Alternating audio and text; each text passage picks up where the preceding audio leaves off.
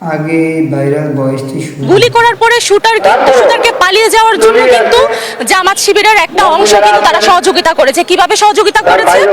যখন গুলি করা হয়েছে সাথে সাথে সাদিক কায়েম, লাকসুর তথাকথিত ভিপি সাদিক কায়েম কিন্তু একটা স্ট্যাটাস দিয়ে একটা মব ক্রিয়েট করতে চেয়েছে সে। তাহলে গ্রেফতার যদি করতে হয় আগে হচ্ছে সাদিক কায়েম এবং যে ইসলামী বড় দলের নেতাদের সম্পৃক্ততা আছে এটা বলা হয়েছে, গোয়েন্দারা বলেছে তাদেরকে আগে গ্রেফতার করতে হবে। আমরা দেখেছি আজকে ডাকসুর তথাকথিত ডাকসুর নেতারা আজকে স্বরাষ্ট্র উপদেষ্টার কার্যালয়কে আসলে ঘেরাও করেছে এবং তারা তাকে প্রায় 3টা মনে হয় প্রস্তাবনা দিয়েছে।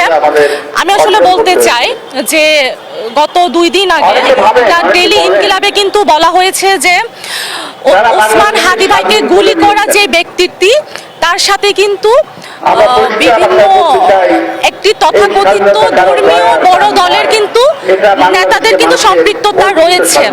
তাহলে আমাদের প্রশ্ন হচ্ছে যদি এই ধরনের কোনো গোয়েন্দাদের কাছে তথ্য থাকে তাহলে এদেরকে গ্রেফতার করা হচ্ছে না কেন?